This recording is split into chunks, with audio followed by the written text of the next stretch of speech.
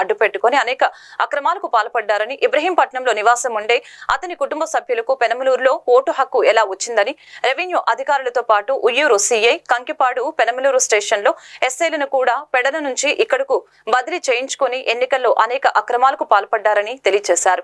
పెనమలూరు స్టేషన్లో సీఐ సిబ్బంది అందరూ విఫలమయ్యారని, పోరంకి టీడీపీకి కంచుకోటని తెలిపారు. పోరంకిలో కావాలనే గంట పాటు పోలింగ్ నిలిపివేసి ప్రజల్ని భయభ్రాంతికి గురి చేశారని తెలిపారు.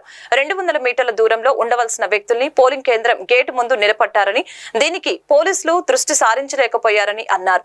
జోగి రమేష్ ను చూసుకొని టీడీపీ కార్యకర్తలపై దాడులకు పాల్పడిన వ్యక్తులకి వడ్డీతో సహా చెల్లిస్తామని, జోగి రమేష్ పోరంకిని స్వాధీనపరుచుకున్నారని విర్రవీగుతున్నారని అన్నారు. ఇది ఏమైనా రాజుల రాజ్యమా? ప్రజాస్వామ్యంలో స్వాధీనం చేసుకోవటం ఏంటని ప్రశ్నించారు.